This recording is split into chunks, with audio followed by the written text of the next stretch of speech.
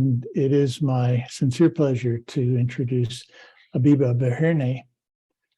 She is Senior Fellow at the Mozilla Foundation, an investigator in complex systems and their application in artificial intelligence. And she's going to be talking with us today about machine learning and complexity. Really a way, I think, to bring many of these ideas home to an extraordinarily socially relevant issue. Abeba. Abeba, welcome. Thank you so much. Thank you very much. I will share my screen and I will start.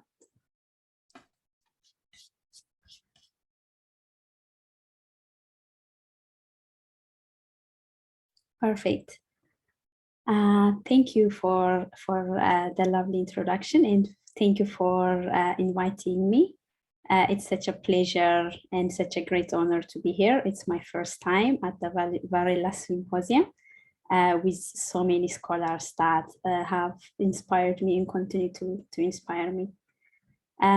So today I'm going to bring a lot of my research together and hopefully kind of paint a coherent picture because some of my work is conceptual, some of it is kind of really getting dirty at looking at data sets and AI models. So some of it is empirical. So at times it might feel a bit disjointed, but I will try to bring everything into one narrative today. So I will lean on the works of scholars such as Hannah Deger to kind of first introduce what the enactive view in complexity science, more particularly critical complexity, says about human behavior and social systems and society in general. And I will not spend a lot of time on that because most people here are very familiar with that perspective in theory. And then I will then introduce, and then I will then look at how machine learning models that are that claim to capture human behavior or social phenomena have become so ubiquitous that are being integrated into every social sphere. And I will argue then that those models are not only ethically dangerous and problematic, but also there is no scientific groundings for such claims for the reasons that I will explain, which is that human behavior and generally complex adaptive systems are unpredictable and undeterminable. And I won't leave you all with a depressing image, discouraging image. I will put forward a number of perspectives in terms of looking at alternative reality, looking at alternative futures and what can be done, what we can do. So just a little warning, I will present some unpleasant terminologies and perhaps even images I have taken from some of my large image datasets audit work, which might be unpleasant and distressing to some audience. So just to be mindful of that. So Hannah Deger beautifully captured it yesterday, and a lot of my work on leaning on enactivism in terms of describing and exploring what human beings are, what human behavior is, what human action is, what society in general is, comes from some of the enactive work, more particularly Hannah Deger's work, which at the heart of it says that human beings are, we exist in a web of relations. We are continually moving, dynamic, always becoming. If we can be marked by anything at all, it's with the fact that we are innumerable relational possibilities, potentialities, and virtualities. There is infinite ways to be and to behave, to act, which means that it's really impossible it's really impossible to kind of finalize and have formalize and to calculate any human person's trajectory or behavior in a precise way. Not like the atoms that Adam just described in the talk just before this. Again, kind of differentiating human bodies from other stationary bodies. The inactive literature, again, more particularly the linguistic bodies by De Paulo et al. Emphasizes that we are not just stationary bodies, but we are living bodies that are dynamic, historical, social, cultural, politicized, contextualized, and we have way more in common with hurricanes than with statues. This is to emphasize that we are not just stable or dead bodies, but rather living ones. And if we move to the complexity science literature, and more particularly what is known as critical complexity, which is the work of Paul Cilliers. He was a South African engineer turned philosopher, and also Alicia Horero, because the complexity landscape is also very wide. And more dominantly, you have the physics-based Santa Fe school of thought, which tends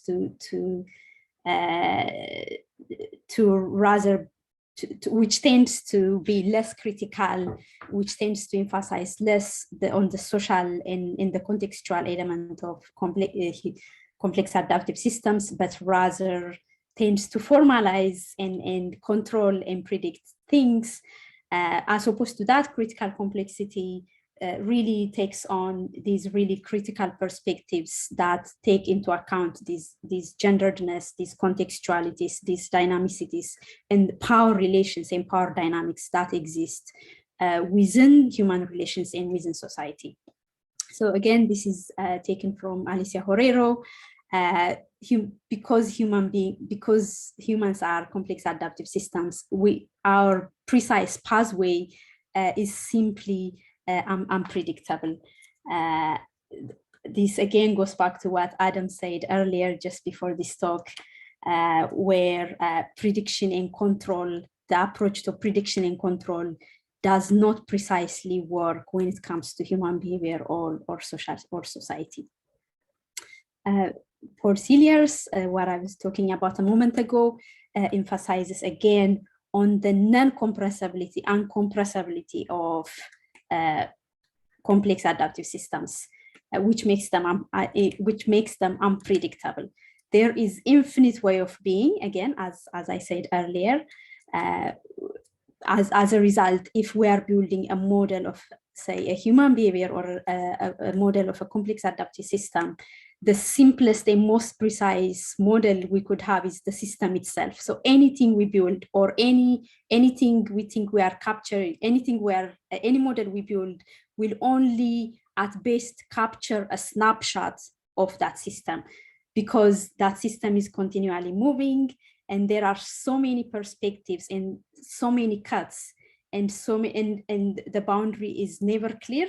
The modeler always creates the boundary, and we decide what stays in and what goes out. And taking all these considerations, the best model we could have is just a snapshot of that system. We can never capture human behavior or complex adaptive systems in a model in its entirety. Again, going back to Hannah Dagger, to emphasize that when we think about human behavior, what's important is it's full of uncertainties, inconsistencies, ambiguities, and these are what makes us, these are, again, if anything, if human behavior can be marked by anything at all, it's these ambiguities and inconsistencies and uncertainties and contradictions that are at the heart of being. Just a little clarification. This doesn't mean that complex adaptive systems or humans just wander aimlessly without any direction. Yes, there are, some constraints, there are, social norms, there are, historically acceptable way of behaving and not.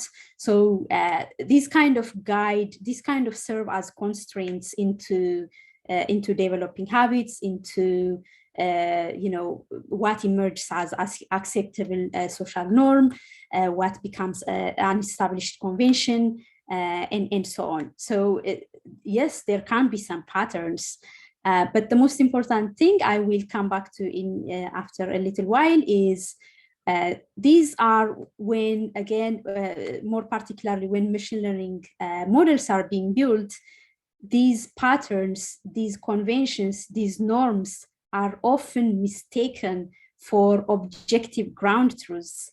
And when models pick those up, then we take those as ground truths and we move on. This is a huge fallacy. Again, to kind of clarify on what machine learning models do, because again, it's a very broad field, very fast emerging field. In a recent paper that I worked on with a collaborator, we classify machine learning models into 3 broad categories. One, you can think of it as closed system, closed machine learning, where you can think, for example, modeling the board games such as Go or Atari. That's a very kind of constrained, a very kind of non-ambiguous area of machine learning, where you can capture that phenomena, even though it's somewhat complex. You can capture it with data, and you can somehow build a model that is close to precision. And you have partially closed models, and then open. The third one is open models, where the last one is you have social systems or broad models that deal with human behavior in social systems. These are where I will focus on, and these are where both machine learning systems can fail in not having a clear scientific grounds, because these systems are not capturable by data, but also where as these systems are being integrated into the society, these systems also result in negative consequences for people that are being assessed by these systems. Plenty of people have done the work. One example have done the work that has illustrated that predicting social phenomena, in this case, predicting the trajectories of children from vulnerable families, has shown empirically impossible. For example, in this paper, it's a 2020 paper, a team of 160 independent machine learning researchers took data that was gathered from over a long period of time, and they tried to build a model that accurately predicts the trajectories of these young children, and the base model came very close to, or it was slightly better than the benchmark itself, illustrating that it is practically impossible to predict the trajectories of human behavior or social phenomena. So again, to clarify, we might have the less complex phenomena, for example, again, modeling the board game of Go, that is the less complex aspect of it. If we see that as a continuum, and we see social phenomena such as predicting, as we saw in the previous example, predicting the trajectories of vulnerable children, considering that as a continuum, we will find that the less ambiguous a task is, the grounded that machine learning model is. We can say it's scientifically accurate, and it captures the phenomena well, because that phenomena is less ambiguous and there is no contradiction, and it's something that can be captured by rules and some kind of universalities. Whereas as we move to the really social realm, as I gave the example in the previous slide, to, for example, predicting the trajectories of vulnerable children, it becomes, the model both becomes impossible to scientifically verify, but also really ethically dangerous. And unfortunately, despite some of this work pointing out the lack of scientific validity in these machine learning models, it has become very common to see machine learning models everywhere, in every sphere of society, in every sphere of life. From nowcasting, this is a really influential work by DeepMind, I think about 6 months ago. Nowcasting is the idea of forecasting the weather in a very short time, maybe for the next 2 or 3 hours. Again, this is where machine learning can be helpful, where it can be relatively accurate because the phenomena is relatively unambiguous and it's something that can be captured in data. And we have, again, models such as Go and protein folding. These are really significant findings that have emerged over the last year, maybe.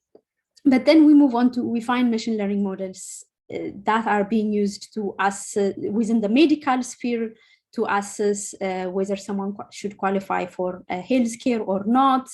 We find machine learning models in making decision, or rather in aiding decision making in welfare systems, whether someone is deserving of a welfare benefit or not.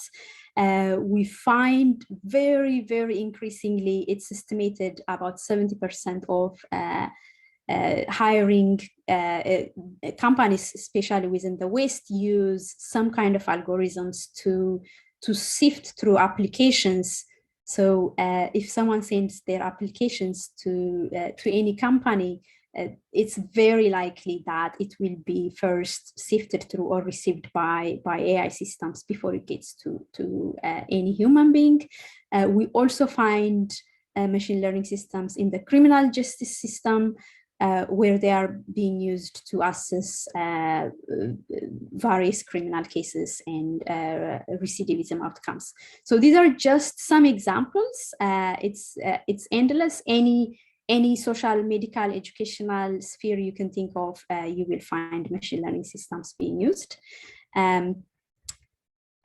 As I tried to kind of describe machine learning systems on a continuum, from those close to modeling almost physical systems, such as the game of Go, to social systems, such as, within the criminal, the legal system. But what's becoming even very dangerous and worrying is models that are being proposed to predict emotion or gender or personality or dishonesty or anything like that. In these kind of any models then that are trying to kind of infer inner state from outer appearance generally are not only inaccurate, but also dangerous, because things such as dishonesty or personality or criminality are not something that can be read off faces or body movements or expressions, but rather these are inherently social. They are really intertwined with context, with culture, with history, and with societal norms in general. And these, again, there has been so many criticism. These have been called digital phrenology, bogus AI, physiognomic AI. In one of my papers, I have called this chip AI. And the reason for that is while people producing these chip AI face, at the most, they might face criticism, whereas people that are being assessed by these algorithmic systems could face jail, it could be a matter of life and death. So there is an asymmetry of negative consequences. And these are not hypothetical, these are increasingly being deployed and used in various spheres, in hiring, in vigilating, kind of assessing students' performance in class. And this is, the COVID pandemic has exacerbated this even more now that education is being carried online for the most part. So there is a huge market for algorithms such as that are claiming to monitor students' attention or whether students are cheating or not. Again, it's not a European thing. It's cross-cultural. It's international. You find these systems within borders. Here is one that's being deployed across the borders of Europe. Again, with the claim that the AI can detect liars and dishonest people, which is scientifically impossible to do. So in a sense, these are what, when it comes to models of these groups of AI that can be called cheap AI or bogus AI, these go back to the early 1920s, 1930s, 1940s physiognomy and almost back to eugenics, where people would assess someone's character based on faces. But now we have machine learning. We are doing that through machine learning, and the similarities are very stark. Unfortunately, when problems around these algorithms are pointed out, the machine learning community, the AI community, being a very technical community, the debates becomes focused on, are they accurate or how well do they form, rather than these are fundamentally pseudoscientific, because things such as detecting lie or detecting criminality or detecting emotions are not something that can be first captured in data, and that they are not something that can be read of body movements or faces at all. The way I try to approach the criticism of these models is I have recently been looking at large-scale data sets, mainly image data sets, to kind of tie a lot of the empirical criticisms, a lot of the conceptual criticisms with some empirical work, is by looking at, or as they call it, auditing large-scale data sets.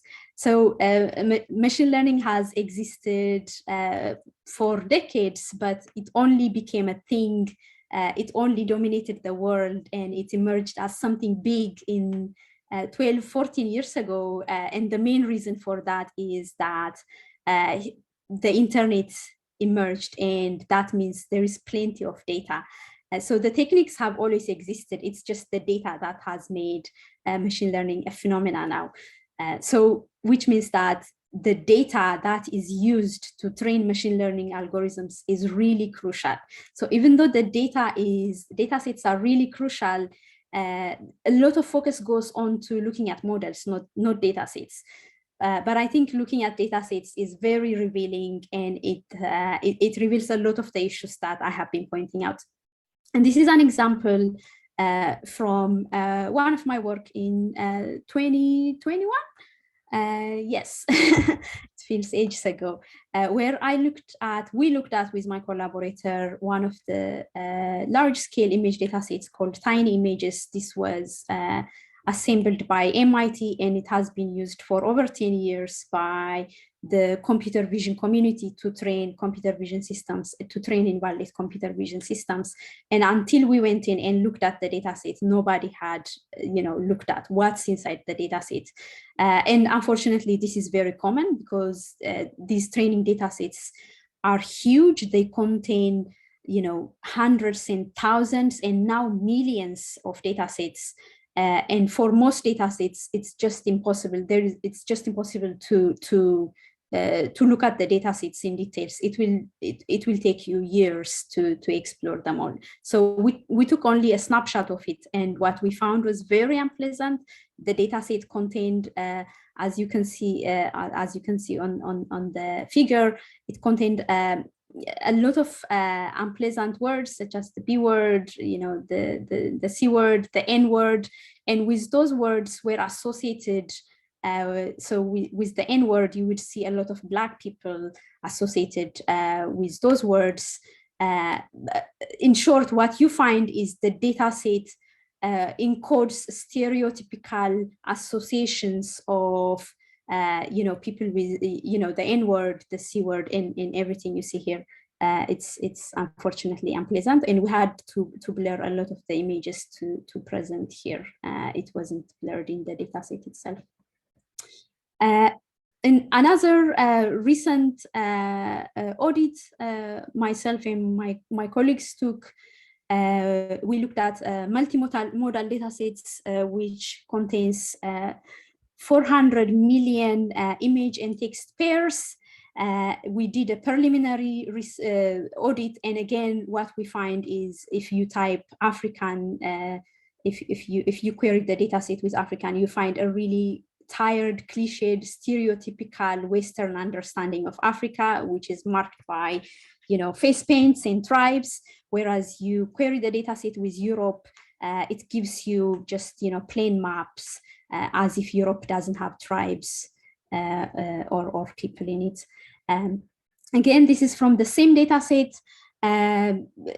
These mark, beautiful and handsome. You type beautiful, you find the data set gives you images of women, sometimes drawn from pornographic sites, images of naked women, explicit images, whereas if you type handsome, you find Western white men, white men in suits.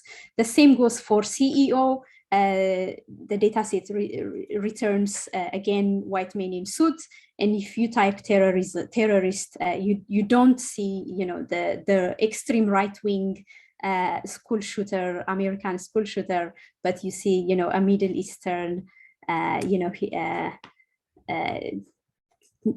what is it called, headscarf wearing. So the point is, these datasets do represent a really inaccurate and stereotypical and offensive and racist and sexist representations of people in society and cultures and concepts and groups. And any data set, any AI model that is trained on these data sets can only reflect what is contained in the data set. To expect anything else from the models would just be an illusion. This is again me playing with one of the models that was released, where you kind of, in the first row is my image. You give it an image. The idea is it can depixelize it, and then the idea is based on the depixelized image, it can rebuild what I might look like. So the middle row then is what the model is working from. And the outcome is, this is very nuanced to see, but what you find is the model in a sense, loses, adheres to the idea of beauty that is very European, very white, where you can see my curly hairs have disappeared, where big lips have become thin, and the feminine image has become more masculine. Another example, again, me playing when one of the versions of GPT-3, one of the most powerful language models now, run by OpenAI. Here is a query: what's the problem with Ethiopia, or rather, what ails Ethiopia? I'm from Ethiopia, so when I play with these models or data sets, I approach these things from a certain mindset, of course. And what you find is it's not only inaccurate, but it's also a very racist, very problematic depiction of Ethiopia. And this is not the case with only Ethiopia. This is the case when you experiment with the model with, gender queries, where, genderqueer people are usually depicted in negative lights, or when you play with, other countries or other concepts. So when these systems are built and deployed, they are not only, impacting just individual groups, individual people, or certain groups. There is a much wider, bigger impact where these systems, through integration into society, they are in a sense altering, the fabric of society. They are in a sense altering how we behave, how we interact with the system itself. And when these systems are, for example, if you build an AI system to sift through CVs that come through job applications, and if it favors certain keywords and if it disfavors certain other keywords, then gradually over time, people are going to, behave in a way that will, in a way where they will be favored by the system. So what I'm trying to say is these systems in a way kind of alter behavior, and these predictive systems serve almost as a prophecy, where by predicting certain things, they make those things a reality. They partly create that reality by making predictions.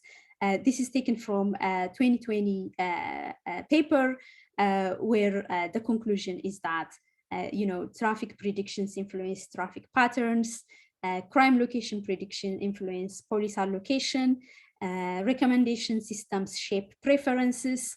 So it's not just a one-way road, but it's reciprocal. We do alter, society does change because of these systems or as a result of the interaction with these systems. Here is a concrete research where they looked at recommender systems, and the conclusion is that recommender systems, whether it's people looking through Netflix or trying to order things from Amazon or anything like that, recommender systems do influence both individual behavior and also transform society as a whole. Another example coming from Facebook, and it's really difficult to get any critical research from Facebook about Facebook itself, because they tend to shut down any criticism. But in this case, what you find is Facebook's research admitting that their own recommender system is responsible for 60% of extremist groups joining same groups. So as we've seen, AI systems, whether it's recommender systems or whether it's nowcasting or whether maybe not nowcasting, whether it's recidivism algorithms, do have concrete impact on individual people and on society, and there often is negative consequences. And when you look at a recurring theme, when you look at who faces the most negative consequences, the research has been very clear from the get-go. What you find is again and again and again, what you find that people that are at the bottom of society, people that are at the margins of society, almost always face the most negative consequences when algorithmic systems fail, and they always fail, or when algorithmic systems have some kind of trouble. You'll find here it's Black people that are negatively affected. With job ads, it's women that are being affected. It's trans people. It's older workers being excluded, immigrants, people of color, LGBTQI people, children. The recurring theme, the point is whether it's empirical research or the general press coverage of these issues that you are looking at, you will find the same results again and again. It's that people at the margins of society are the most negatively impacted. Here's another example.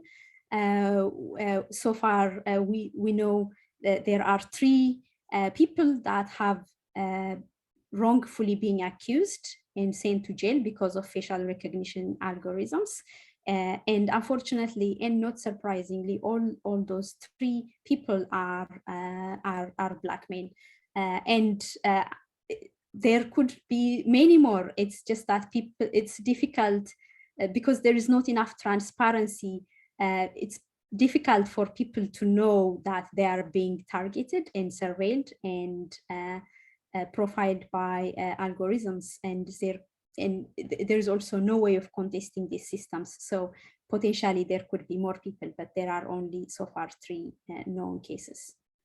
And to kind of tie the points I've been making, what we find is uneven distribution of harms and benefits. As you see, people at the margins of society face the most harms, whereas people that are, whether it's big corporations or startups or just, you know, a machine learning researcher from an elite institute, people that are building and deploying systems benefit the most. This is why it's important when people talk about let's build AI that benefits society, it's important to clarify which society benefits, because at the end of the day, there is some benefit to building AI, but unfortunately the benefit at the moment is unevenly distributed, where those making and deploying these systems benefit the most, and those that are being judged by these systems pay the highest price.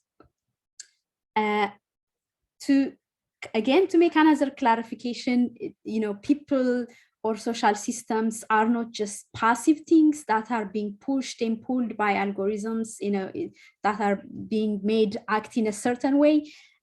It's tangled. It's you know, a co-influencing. You know, it's a correlation. So there is no body, no party that is passive, and the other one is, you know, doing the influence. It's more complicated than that. It's much more active, but it's also important that, again, depending on who privilege, depending on where someone is placed in society, again, some people end up or having much more influence in what kind of AI system needs to be built, what the performance, what accuracy or performance is good enough for the model to be deployed. And all these key decisions end up being made by certain few people, handful people, whereas, you know, the least privileged often have very little say.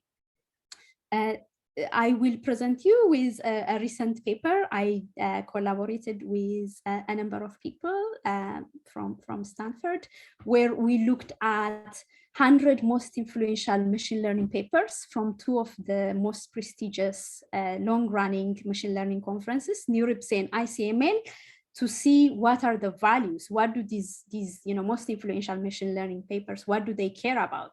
And as you can see in the graph, they don't really care about fairness or welfare of individuals or explainability or transparency or justice.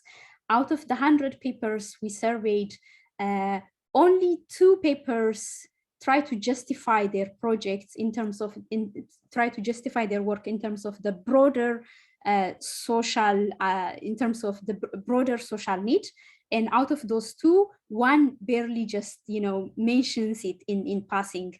So as you can see, it really, people really, the machine learning community cares about performance, novelty, generalizability, efficiency, and things like that, and not fairness or explainability or respect for persons or anything like that.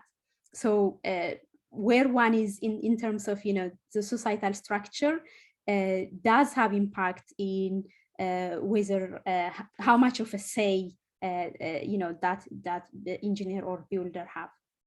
And to kind of make the point clearer, I will go to Ruha Benjamin, where she clearly says that it might be easy to dismiss, you know, it's our surveillance system, we are all negatively impacted by AI systems. You know, we are all, facing consequences. Having said that, it really is important that, some people really are, in a position to make these systems with very little say from impacted communities. And we are not impacted in equal measures. We are not exposed in equal measures.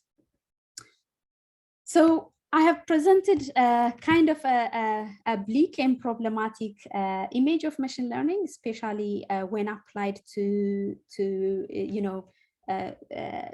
classify, sort, and predict human behavior and social systems at large. And as a response to this, there is a growing field of AI ethics, which I think I identify as one within that community.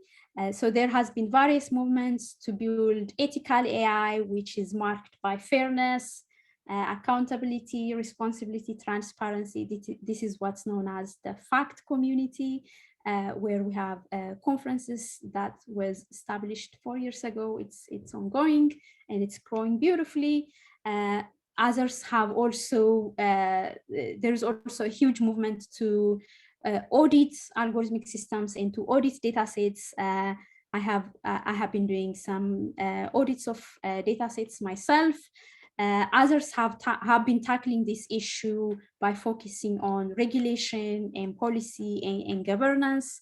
And alternatively, also, others are working on how do we envisioning a better, more just and a fairer future, and kind of imagining what that future, say, for example, what 2040 might look like in terms of the technology that will bring justice. So what that future might look like, and then kind of working our way backwards into making that reality. So I do love that kind of constructive approach. However, again, with a little caution and a little warning, this envisioning futures seems to be conflated with futurism. Unfortunately, a lot of funding goes for kind of envisioning a really sci-fi hypothetical world that is kind of marked by unrealistic scenarios from science fiction, such as brain transplants, or how to deal with super intelligent systems or anything like that. These are unfortunately a distraction, and these do more harm than good, because a lot of the attention in terms of envisioning the future goes towards that way. However, I think a lot of it's important to envision a better future. It's important to engage in a constructive as well as a critical work. But any constructive rethinking or thinking or envisioning we do has to be grounded in the now, in the current reality, in what's concretely happening at the moment. And to recap, what's happening is that we see that although human behavior and social systems are innumerable, non-determinable, ambiguous, and really difficult to capture in data sets, in models, people are still building those AI models and deploying them with very little scientific criticism. We also see that there is asymmetrical power in terms of who has a say in terms of what's being built.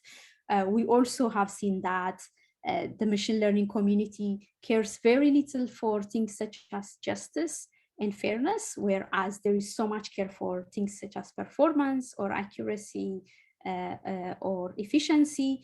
We've also seen that when machine learning systems go wrong or when they fail, they disproportionately negatively impact the most marginalized communities. So this is the current reality. So any envisioning we do has to be grounded in these realities, which are supported by various empirical work. Again, if kind of changing, the view of or the vision of machine learning researchers is one of the ways, then we need to put more incentives into machine learning research, where where caring for justice or respect for persons or fairness needs is incentivized. At the moment, there is very little incentive. And another way is, as we've seen, much of machine learning is just taking historical data and with very little understanding or with no understanding why we find such patterns, why the data, is showing us, certain things. Without questioning all those things, we just use that data to build predictive systems, in a sense, kind of building, a future that really looks like the past. And as the past, as we see, is really marked with, historical injustices, power asymmetries, and inequalities and various issues. So what we need to do is, focus less on prediction and more on understanding why we are seeing the pattern we are seeing. And another point that's really important is, because people at the margins of society are the most disproportionately impacted, those groups and individuals have to be at the center of, building these systems, because they have the epistemic privilege to see, to acknowledge, to understand what's good, what's harmful, and what's discriminatory. And in some cases, no technology at all is a good way to envision the future. This is the case, for example, when it comes to machine learning systems that claim to predict emotion or criminality or gender or anything like that. And I will leave you with this final slide. It's a really important point by one of my collaborators and a close friend. There's often so much talk about how do we make this model good, or how do we make it fair, or how do we debias the data set. These are all very kind of abstract and vacuous ideas. What we need is, given the power asymmetry that we have seen, what we need is to think about how do we make this model, how does this model shift power from the most to the least powerful. That is a really important, powerful point if we want a better, fairer, just future. And I will conclude that. And there is all the references if anybody wants to follow up on any of the research I mentioned. Thank you. Thank you, Abeba, so much. This was illuminating. We're going to now invite Evan to come in and to comment. Thank you. That was a marvelous talk, very, very powerful, very upsetting for all the obvious reasons. And so I'm still digesting it, but I think extremely important to bring to our discussion here. And I just want to say that I personally really admire the work that you're doing, and I think it's extremely important. I think it connects, in terms of our meeting here, with some things that came up yesterday around politics, obviously. And also, so maybe before I say something about that, so there's I think something very, there's something very powerful that's happening in the case of these technologies that I think is important to comment on, at least initially, kind of abstractly and epistemologically, because it connects to things we were talking about yesterday. And this is very much related actually to some of the themes of our book, The Blind Spot, with Adam and Marcelo. This is how, in the case of not just artificial intelligence and machine learning, but certainly in that case, we rebuild the world according to our biased models. So we have, as you went through, data that is extremely selective and biased and stereotypical. And then we build models in which we feed massive amounts of that data into the models. And then we take the output of the model to be how the world is, independent of us, as if, I think you had it at one point, objective ground. And this is a way in which we actually aren't just abstracting away from experience and reifying models, but we're rebuilding the world in terms of our reifications, which is extremely fraught, obviously. So that's how the epistemological loop, as it were, becomes quite concrete. And I think it's very important to signal that. And again, I really admire the way that your work brings that out. Another connection I wanted to make is to the climate crisis, because AI, both software and hardware, is highly dependent on resource extraction and on carbon emitting fuel consumption, whether to run super powerful high-speed programs, extracting lithium to build batteries. So the world that you've just walked us through is completely enmeshed with the crisis of climate. And I'd be very interested to hear what you might have by way of thoughts about that linkage and how we might work to shift power, and also to shift power in an ethical frame that doesn't separate those two challenges that we face. So maybe I'll throw that out as a question I'd be very interested to hear your response to, and then we should open it up to to other people to jump in. Yeah, that's a great point. I haven't touched on the climate crisis, but you are right. Building AI models, running a model itself is very power intensive. I have read a while back that running a kind of an average language model requires as much energy. I don't want to get this wrong, but it requires a crazy amount of energy. But not only that, not only do models require huge amounts of compute power to run. In terms of hardware, as you mentioned it, from lithium that's used for batteries to the cables that run underground, to the huge amounts of minerals, building hardwares, whether it's a phone, whether it's a laptop, it requires huge amounts of Earth's resources and people power. And this is unfortunately because maybe because of a lot of the positivist association that machine learning has inherited through statistics and through down to the Newtonian way of thinking.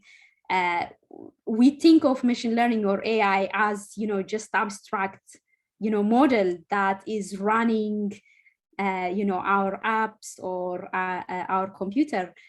It's unfortunate that we don't think of AI in those very broad terms that incorporates both the mineral, the hardware, and the human, the people resources that it requires. Those things are kind of seen as what Adam might have called earlier secondary, or as kind of related, but not as part of AI. But you can't build a model, you can't run an AI system without that infrastructure in place. So that infrastructure, all those Earth's minerals and resources, need to be considered as part of AI. That way, when we are thinking of AI, we also think about all these resources that it requires, and we can then think about the contribution it's making towards the climate crisis. So we do need to shift our thinking into broadening our understanding of AI as something that also incorporates the infrastructure,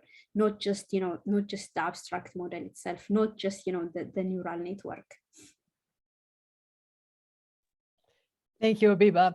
I see that Marieke van Vogt, our friend from Holland, she says, is asking, how's AI affecting human intelligence?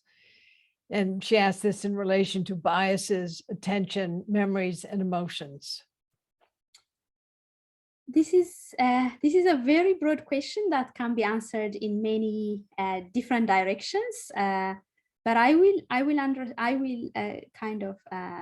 maybe I will dispel some myths, which is that the idea that we are building super intelligent systems and we are heading towards towards a direction where we are going to eventually have an AI systems that is on a par with human intelligence or that surpasses human intelligence.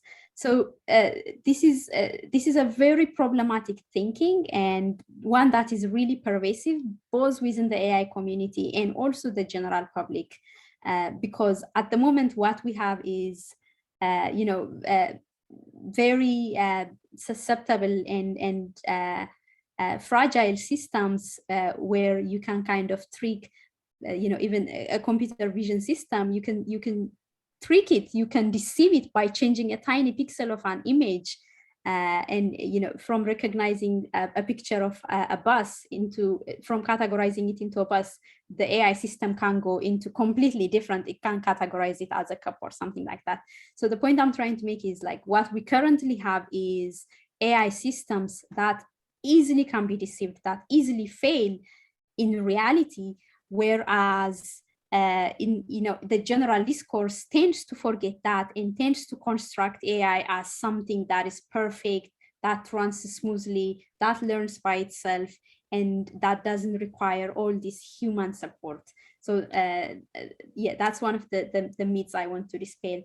In terms of affecting human intelligence, I guess in terms of kind of changing the way we think about it, changing how we interact with other people, how we interact with social systems, the change might be very unnoticeable, but nonetheless it is still changing.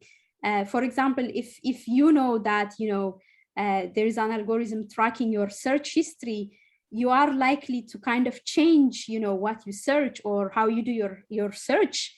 You might decide to look into various softwares that will protect you from surveillance.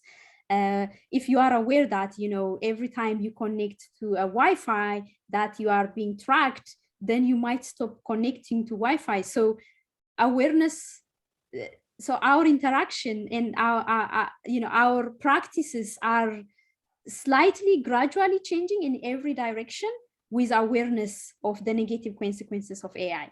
That's how I think about it. That's one way of thinking about it. I don't know if that answers the question. So Abeba, we need to first thank you so much, and also to be aware of time. Al, would you just like to conclude, please? Thank you so much, Roshi, and thank you deeply, Abeba. I think this is a really powerful illustration of that point that, we are always laying down a path in the walking, and that process is always embedded and deeply interactive with moral social bonds. They're inextricable. So I'm deeply grateful for that.